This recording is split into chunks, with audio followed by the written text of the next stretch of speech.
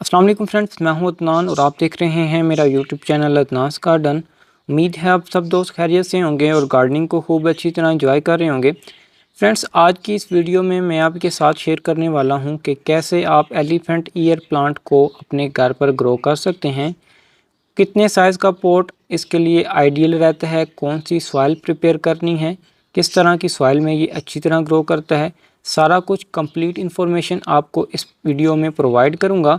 और साथ ही साथ जो है वो इस प्लांट को आपको रिपोर्ट करना भी सिखाऊंगा कि अगर आप इस प्लांट को नर्सरी से लाते हैं तो इसको बड़े पॉट में कैसे शिफ्ट करते हैं, कौन सी सॉइल प्रिपेयर करते हैं और कौन सी इसकी लोकेशन होनी चाहिए जहाँ पर ये काफ़ी अच्छी तरह ग्रो करता है।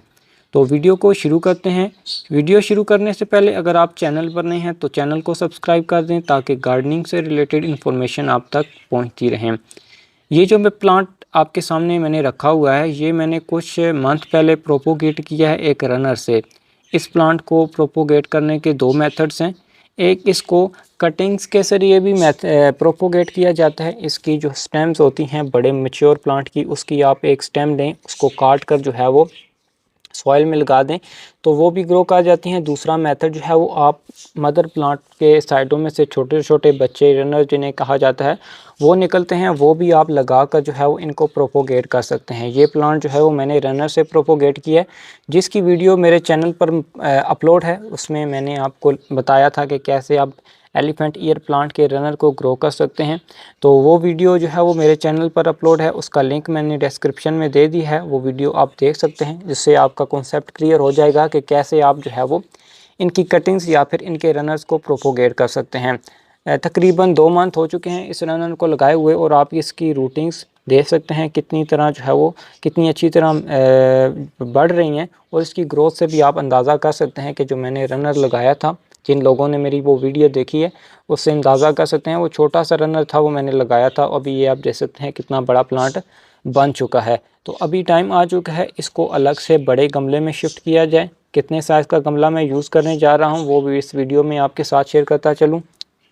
इस प्लांट के लिए जो आइडियल पॉट साइज़ की वो ज़रूरत रहती है वो 10 से लेकर 12 इंच तक जो है वो इसको आप ग्रो कर सकते हैं। बड़े गमले की इतने ज़्यादा बड़े गमले की ज़रूरत नहीं रहती, छोटे गमले में भी ये अच्छी तरह ग्रो कर जाता है।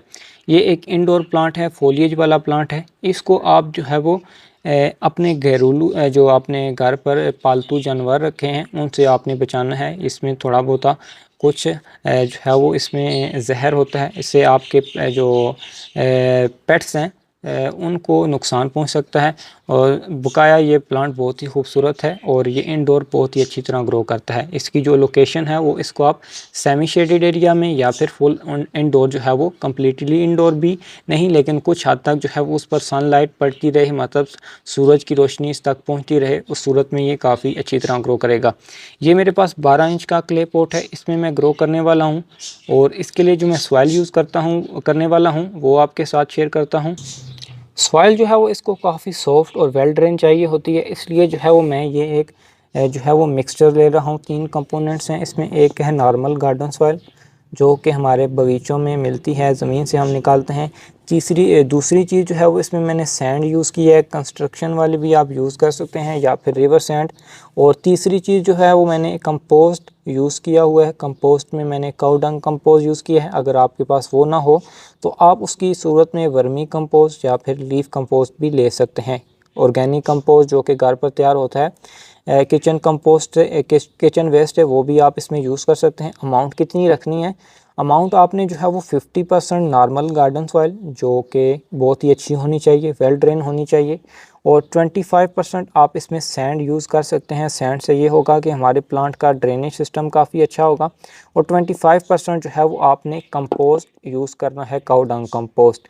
अब परसेंटेज का कैसे आप अंदाज़ा कर सकते हैं? आपने लेना है एक पोट आप इस साइज़ का भी ले सकते हैं। ये मेरा एक प्लांट लगा हुआ है, इसमें आपने 4 पोट लेने हैं। 2 पोट लेने हैं, मतलब 2 पोट भरने हैं मिट्टी के, और 1 पोट कंपोस्ट का, और 1 पोट जो है वो आपने सैंड का भरना है। अगर आप बड़ा गमला है तो इसी तरह 4 पोट मिट्टी के, 2 सैंड के और 2 कंपोस्ट लेकर आप इसका मिक्सचर बना सकते हैं।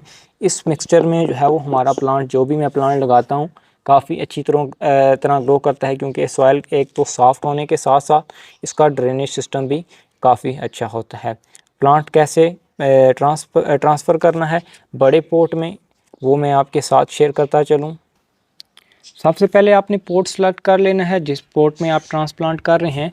पोर्ट का एक ड्रेनेज होल होना लाजमी है, उसको आपने कवर कर लेना है किसी भी पत्थर की मदद से, ताकि जो है वो इसकी जब हम वाटरिंग करें तो इससे पानी हमारा बाहर ना निकले। उसके बाद जो है वो हम प्लांट लगाते हैं। सबसे पहले प्लांट लगाने से पहले तकरीबन हाफ़ पोर्ट हमने सॉइल का फिल कर लेना है।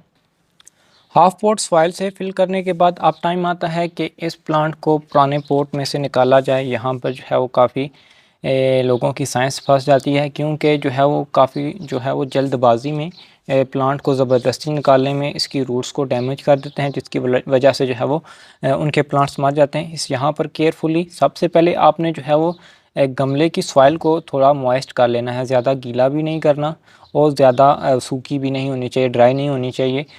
हल्की मॉइस्ट होगी तो उसकी वजह से जो है वो रूट्स और सॉइल आपस में बाउंड हो जाएगी और आपको पोट में से प्लांट निकालने में आसानी होगी।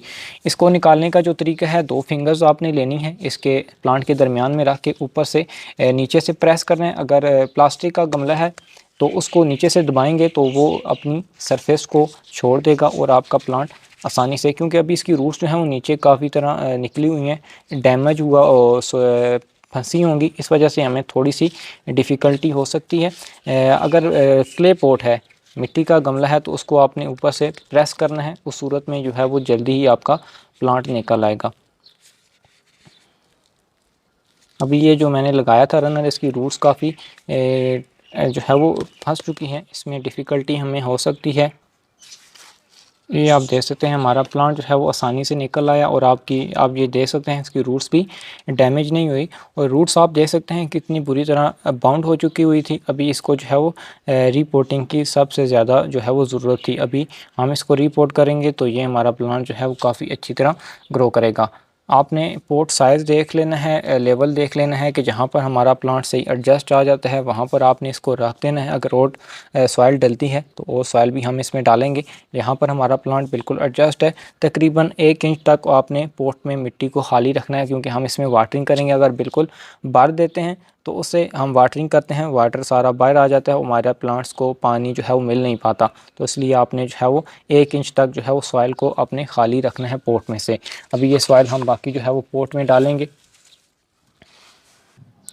सो फाइनली फ्रेंड्स, हमारा प्लांट जो है वो अभी कम्प्लीटली लग चुका है। इस पोट में मैंने इसको ट्रांसफ़र कर दिया है।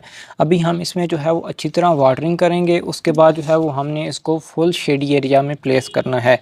अगर धूप वाले एरिया में प्लेस करते हैं जहाँ पर इस पर सनलाइट पड़ती है, तो उस सूरत में हमारा प्लांट मर सकता है, क्योंकि अभी इसको रूट्स को हवा लग गई है। इस वजह से जो है हमारे प्लांट्स में रिपोर्टिंग शौक आ सकता है। इसलिए आपने जो है वो हमेशा रिपोर्टिंग इवनिंग के टाइम करनी है और इसको तकरीबन 24 से 48 घंटे तक आपने फुल शेडी एरिया में प्लेस करना है। देन उसके बाद आप सेमी शेडेड एरिया में प्लेस कर दें, जहाँ पर थोड़ी बहुत इस पर धूप पड़ती रहे तो कोई इशू नहीं होगा। लेकिन 24 से 48 घंटों के लिए, इसलिए क्योंकि हमने इसको छोटे पोट से बड़े पोट में ट्रांसफ़र किया है, इसकी रूट्स को हवा लग चुकी है, तो इससे हमारे प्लांट में रिपोर्टिंग शौक आ सकता है। ये थी मेरी आज की वीडियो। उम्मीद करता हूँ वीडियो आपको पसंद आई होगी। तो वीडियो को लाइक कर दीजिएगा, चैनल पर नए हैं तो चैनल को सब्सक्राइब कर दीजिएगा। फ़िलहाल के लिए इतना ही, चलते हैं, अल्लाह हाफ़िज़।